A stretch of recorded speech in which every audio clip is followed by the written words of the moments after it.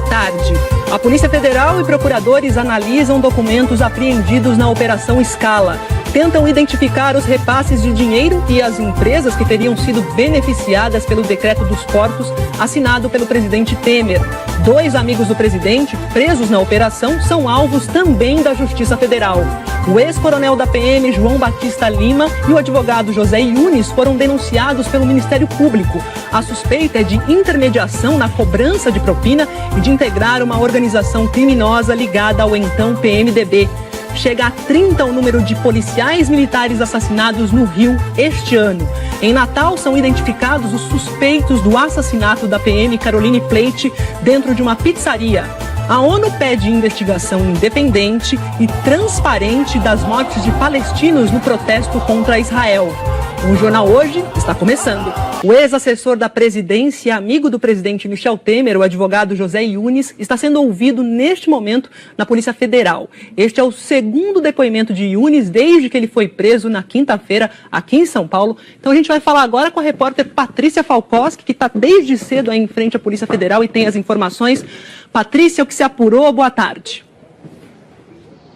Oi, Maju, boa tarde a todos. A informação que eu apurei é que realmente José Yunes está depondo neste momento aqui na Superintendência da Polícia Federal. Ele está sendo ouvido pelos investigadores da PF e também pelos procuradores da República. O que está acontecendo neste momento? Eles querem esclarecer alguns pontos do depoimento que José Yunes já prestou na última quinta-feira.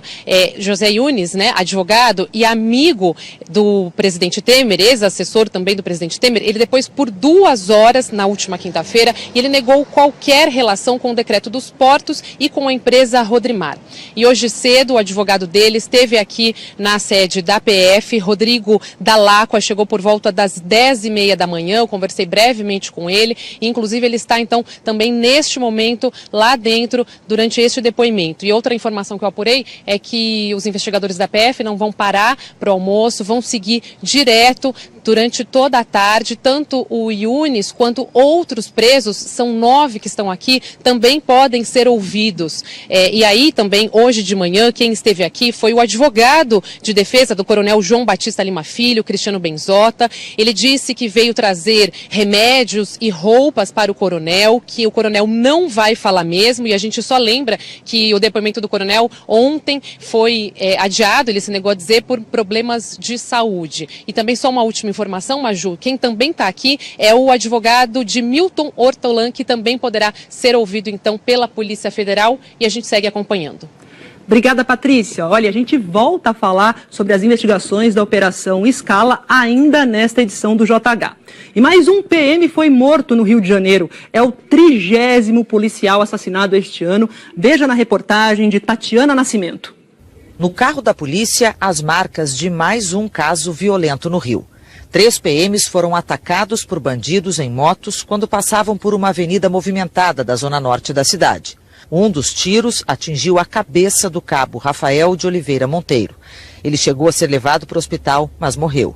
Os bandidos fugiram. O cabo Rafael Monteiro tinha 30 anos e estava na Polícia Militar há 8. Ele era casado e deixou um filho de 4 anos. O irmão dele e amigos vieram aqui para o IML, mas não quiseram gravar entrevista. Eles contaram que Rafael tinha orgulho de ser policial militar, mas que estava preocupado com a violência contra PMs. Só este ano, 30 policiais militares foram assassinados no estado do Rio. 7 dias no Rio foram assassinados a vereadora Marielle Franco, do PSOL, e o motorista dela, Anderson Gomes. A polícia ainda não informou se já tem alguma pista dos assassinos. Se você tiver informações sobre o caso, pode ligar para o Disque Denúncia. O sigilo é garantido, o telefone é do Rio de Janeiro, DDD 21, e o número 2253-1177. Também dá para mandar uma mensagem pelo WhatsApp. O DDD também é 21 e o número 98849-8099. Até agora, o Disque Denúncia já recebeu 74 ligações com informações que podem ajudar a encontrar os assassinos de Marielle e de Anderson. E em Natal, a polícia já identificou 4 suspeitos de assassinarem a policial militar Caroline Pleit durante um assalto a uma pizzaria na segunda-feira. Em Chapecó, no interior de Santa Catarina, a despedida da soldado Caroline Plete, de 32 anos, foi marcada por uma cerimônia, uma carreata e por homenagens das companheiras de trabalho. O sepultamento, no fim da manhã de ontem, aconteceu com honras militares. Caroline Plete morreu na segunda-feira em Natal, 1 hora depois de dar entrada no hospital. Ela levou um tiro no peito durante um assalto a esta pizzaria que fica na zona norte da cidade. Os bandidos perceberam que o marido dela, o sargento da PM Marcos Paulo da Cruz, de 43 anos, estava armado. O casal estava de férias no Rio Grande do Norte. Então, ao perceber que estava armado, o sargento teve que realmente partir para a luta corporal para tentar desarmar o assaltante. As imagens das câmeras de segurança da rua mostram o momento da fuga dos 2 bandidos. Eles correm em direção ao carro onde outros 2 homens aguardavam na rua da pizzaria. O veículo com placas do interior do estado foi abandonado de madrugada e encontrado a cerca de 2 quilômetros do local do crime.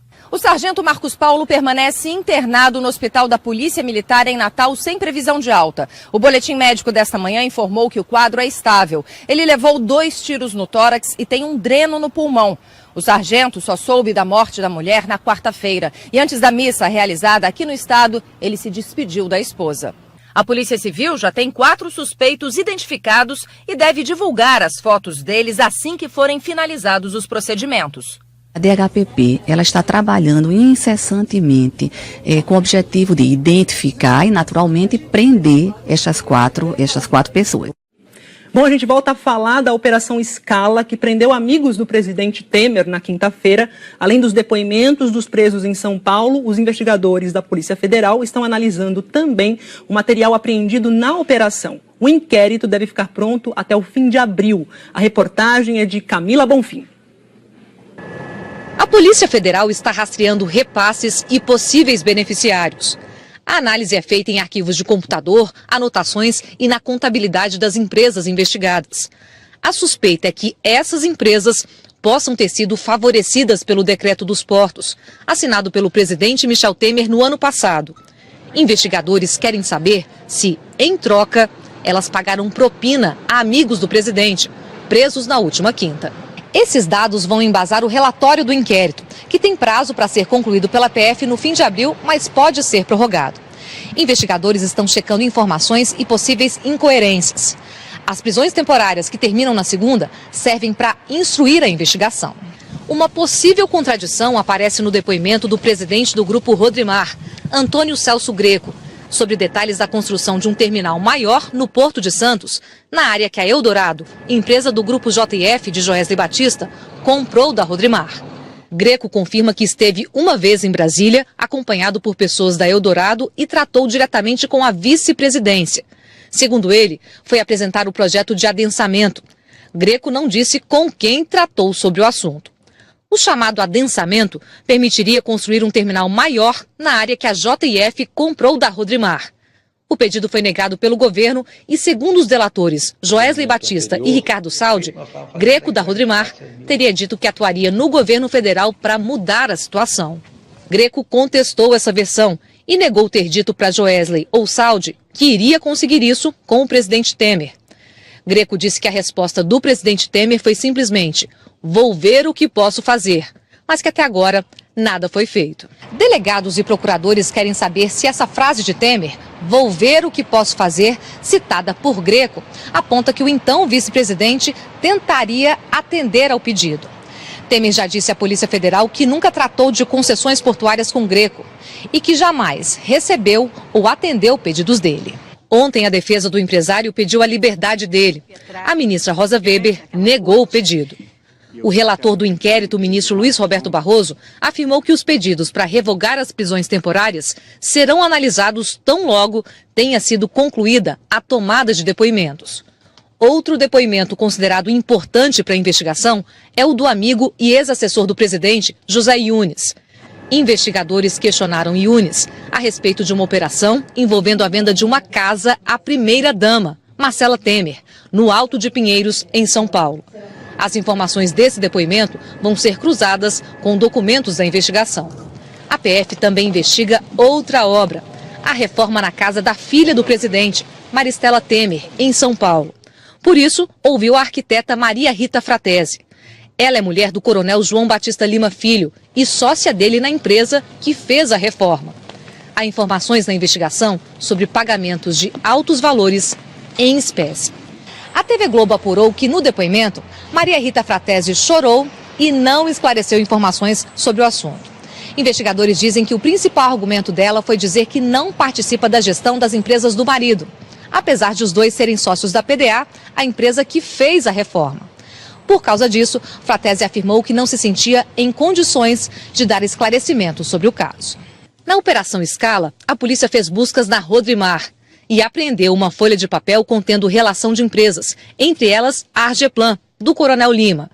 O papel estava no setor jurídico da Rodrimar, no 4º andar da empresa. Na mesma busca, a PF também encontrou uma folha de papel contendo o nome de várias empresas e pessoas físicas, incluindo o presidente Michel Temer. Segundo o auto de apreensão, o papel foi encontrado na sala de um gerente da empresa, no 5º andar.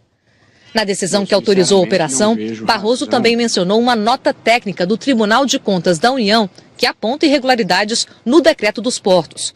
O relatório do TCU, a que a TV Globo teve acesso essa semana, afirma que o decreto assinado pelo presidente Temer no ano passado cria um contexto que poderia, no futuro, beneficiar empresas com contratos anteriores a 1993.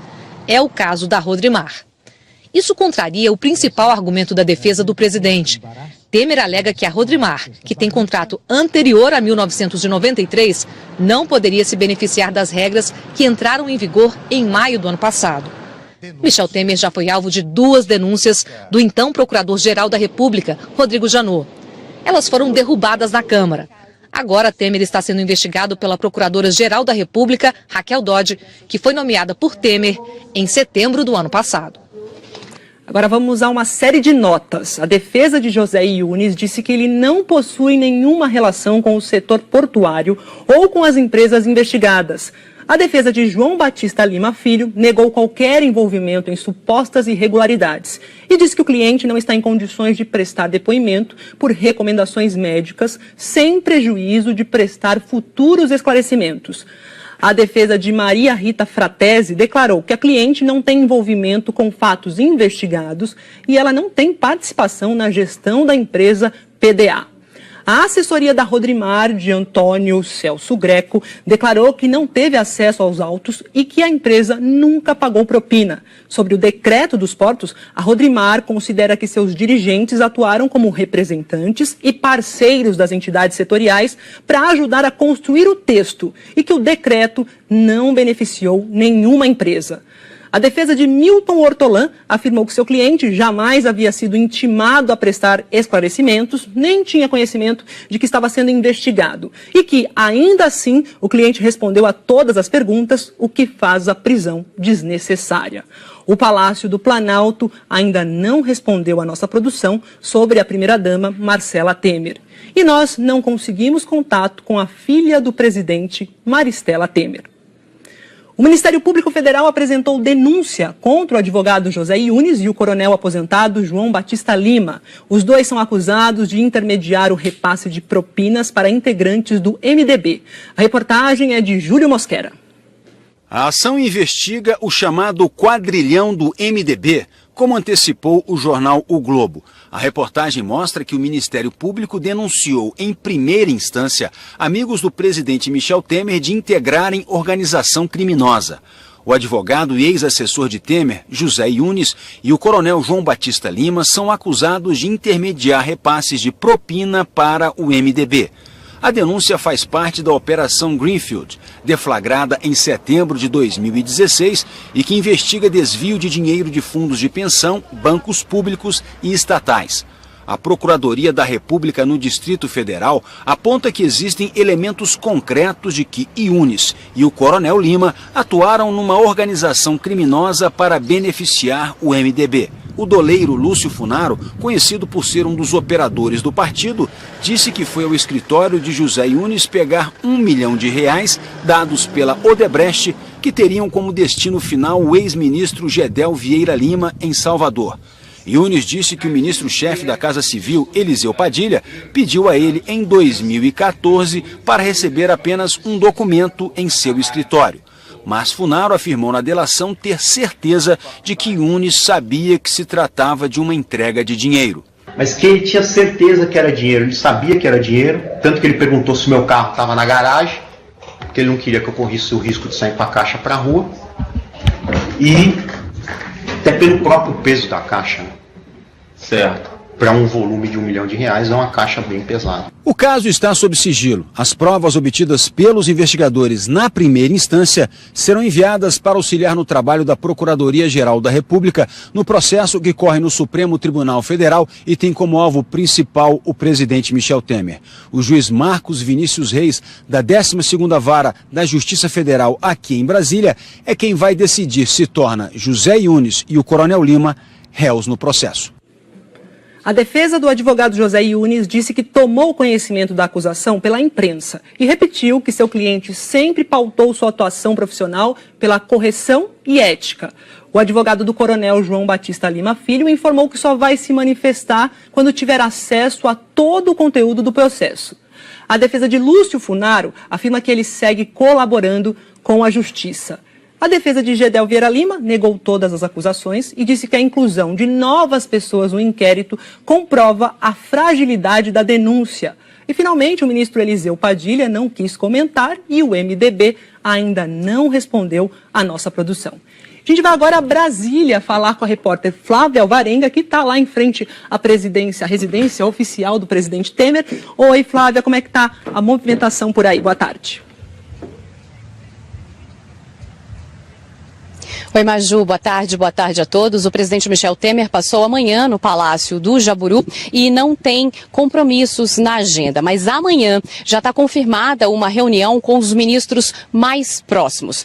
Ontem o dia foi bastante agitado para o presidente Temer. Primeiro, ele tratou da defesa dele com o advogado Antônio Cláudio Maris. Os dois conversaram por cerca de 2 horas no Palácio da Alvorada. Depois, o presidente Michel Temer teve uma reunião com os ministros Moreira Franco, da Secretaria-Geral da Presidência, Sérgio Tigóin, do Gabinete de Segurança Institucional, e também com Gustavo Rocha, que é da Subchefia para Assuntos Jurídicos da Casa Civil. Depois dessa reunião, teve a primeira manifestação sobre as prisões das pessoas ligadas ao presidente. A Secretaria de Comunicação da Presidência da República divulgou uma nota. Vamos ver. A nota declara que a mais rasa leitura do decreto teria enterrado no ano passado o pedido de abertura de investigação pelo então Procurador-Geral da República, Rodrigo Janot. A nota cita um parágrafo de artigo do decreto, que diz que o disposto neste artigo não se aplica a contratos firmados antes da Lei 8.830, de 25 de fevereiro de 1993.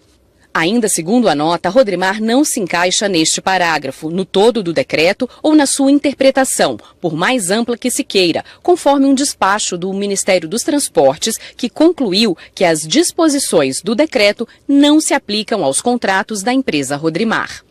A nota prossegue afirmando que o decreto nasceu depois da criação de um grupo de trabalho pelo Ministério dos Transportes, que realizou um amplo e público debate em reuniões que ocorreram entre setembro de 2016 e maio de 2017. Segundo a nota, ficou decidido que todas as áreas da Rodrimar seriam relicitadas.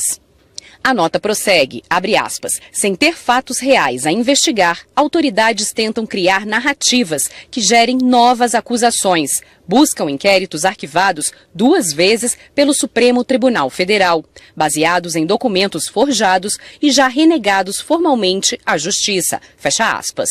Sem citar nomes, a nota declara ainda, abre aspas, tentam mais uma vez destruir a reputação do presidente Michel Temer e usam métodos totalitários, com cerceamento dos direitos mais básicos para obter, forçadamente, testemunhos que possam ser usados em peças de acusação. Repetem o enredo de 2017, quando ofereceram os maiores benefícios aos irmãos Batista para criar falsa acusação que envolvesse o presidente. Não conseguiram e repetem a trama, que no passado pareceu tragédia, agora soa farsa. Fecha aspas. A nota do Planalto também declara que o atropelo dos fatos e da verdade busca retirar o presidente da vida pública, impedi-lo de continuar a prestar relevantes serviços ao país, como ele fez ao superar a mais forte recessão econômica da história brasileira. Por fim, a nota afirma, abre aspas, bastou a simples menção à possível candidatura para que forças obscuras surgissem, para tecer novas tramas sobre velhos enredos maledicentes. Fecha aspas.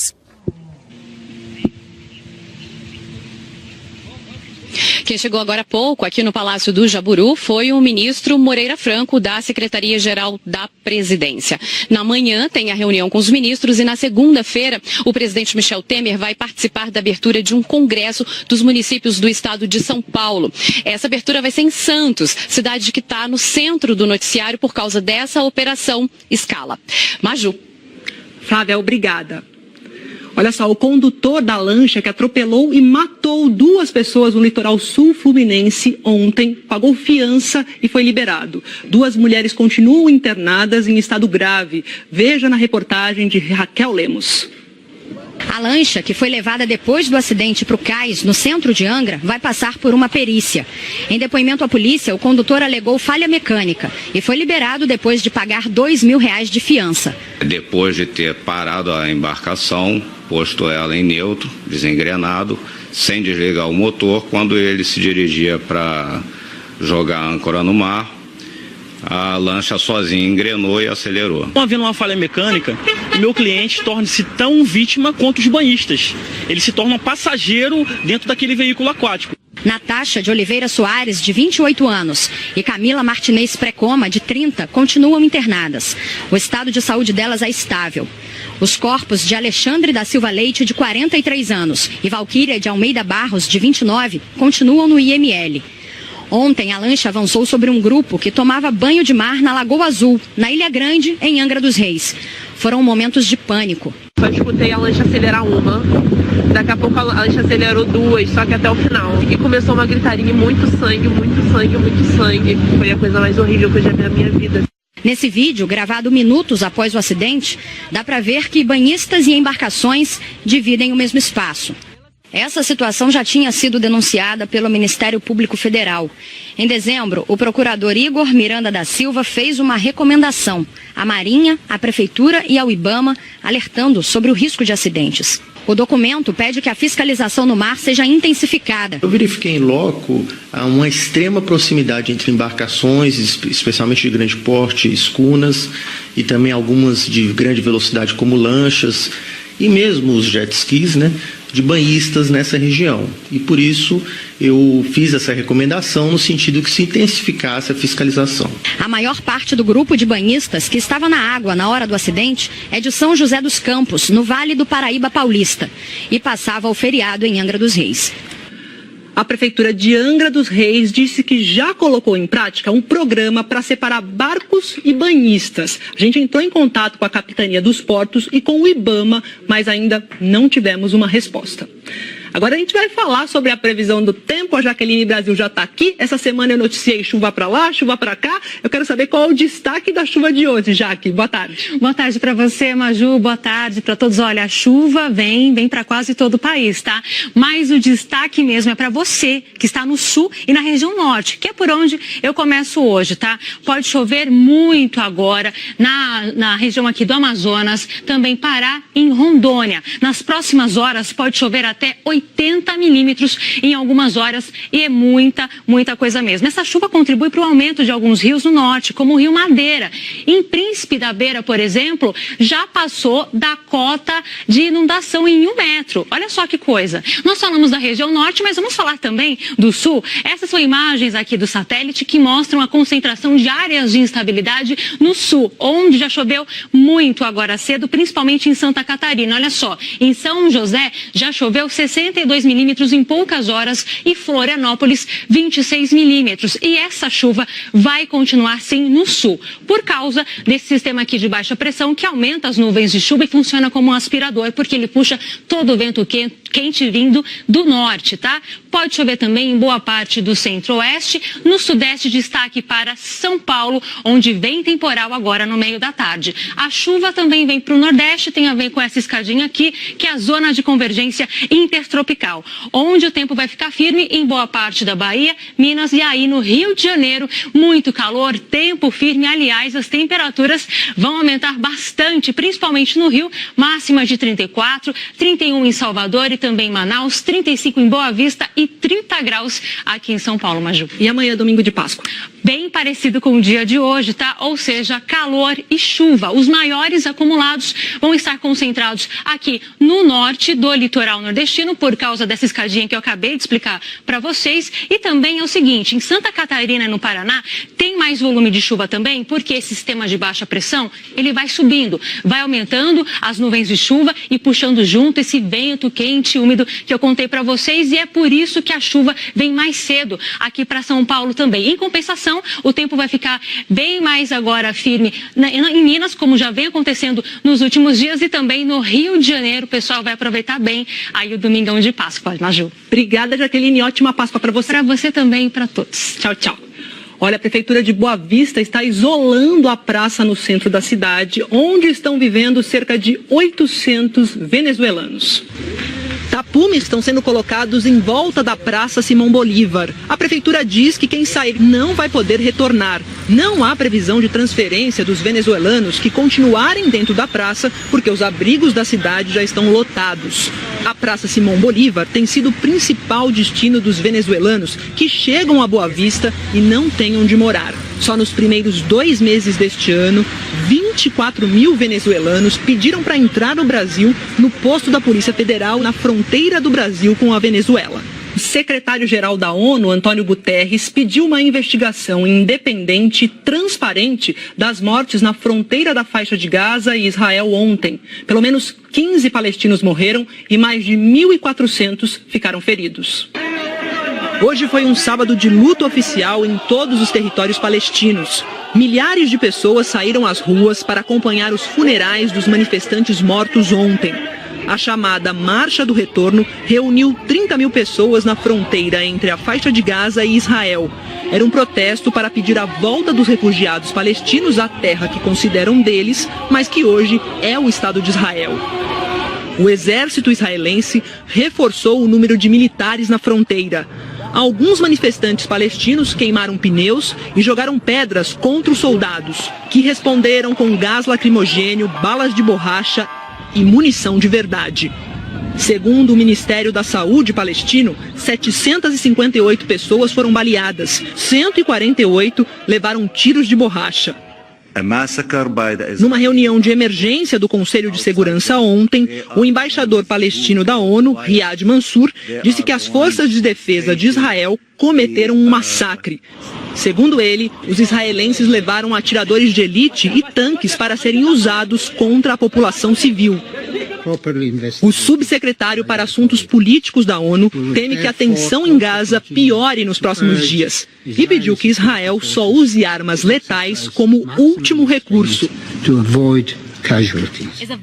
A porta-voz do exército israelense, a major Keren Hagioff, disse que a marcha dos palestinos ontem foi uma revolta violenta e que o Hamas, que governa a faixa de Gaza, mandou as pessoas para a fronteira para disfarçar a verdadeira intenção do grupo, que é fazer o terror. O presidente da Autoridade Palestina, Mahmoud Abbas, culpou Israel pela violência. A ativista paquistanesa Malala Yousafzai voltou hoje pela primeira vez à cidade dela, no Paquistão, onde foi baleada na cabeça por defender o direito das meninas à educação. Por motivos de segurança, o exército cedeu um helicóptero para Malala voar da capital Islamabad até a cidade dela, Mingora, que fica no Vale do Swat. Segundo Malala, a paz voltou para a região. Mas quando ela saiu de lá, em outubro de 2012, gravemente ferida, não era assim. O Talibã controlava a área e proibia o acesso de meninas à escola. Malala desafiou essa ordem e denunciou publicamente os extremistas. Um dia, quando voltava da escola, 2 militantes do Talibã a balearam na cabeça. Ela foi levada para a Inglaterra, onde vive até hoje.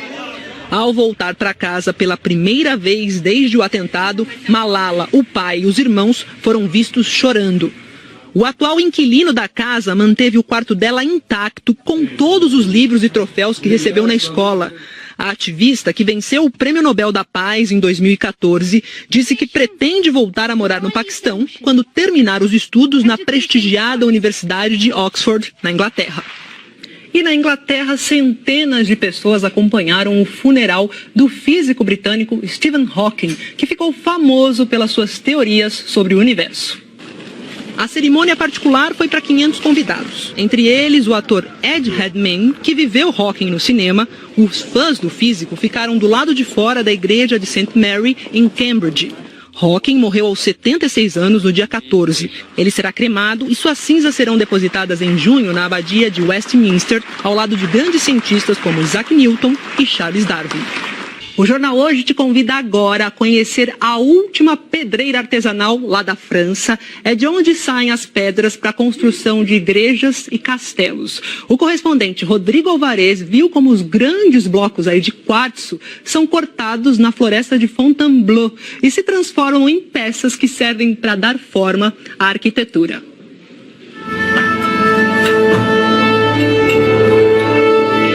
É como se Francisco dissesse: dê-me uma alavanca e um ponto de apoio que eu levantarei o mundo.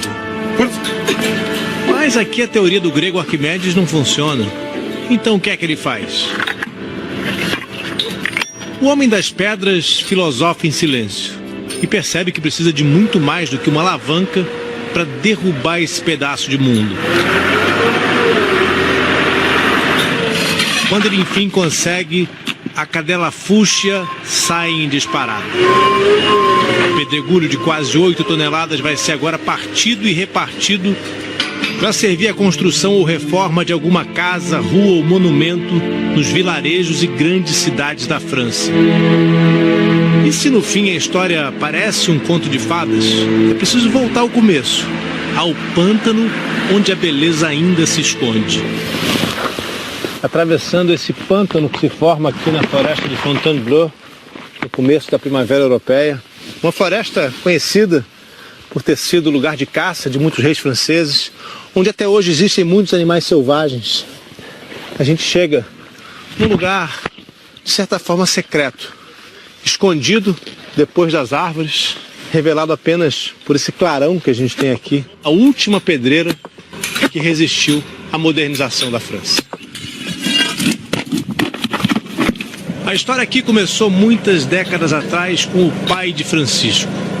Cheguei em França com 9 meses, não é? Seu pai saiu de Portugal por quê? Foi no tempo de Salazar. Ditadura. Sim, ditadura. Os portugueses que migraram para cá no tempo da ditadura Salazar logo descobriram que aqui na França as pedras são quase como vinhos. Tem denominação de origem controlada.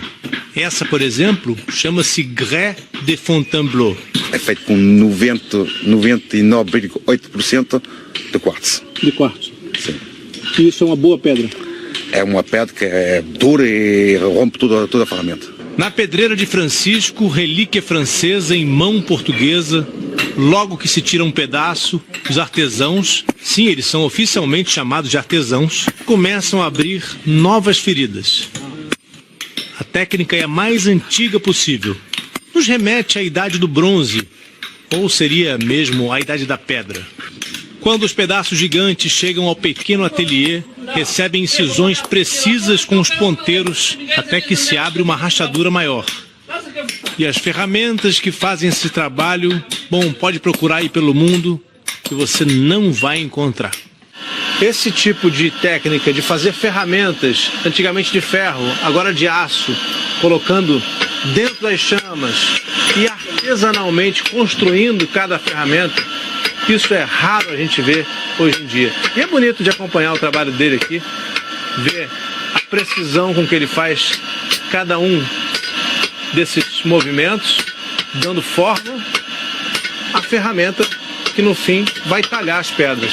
A talhadeira fabricada à mão na pedreira de Francisco vai fazer o acabamento das pedras que vão servir para ornamentar igrejas, ruas e os belíssimos castelos franceses.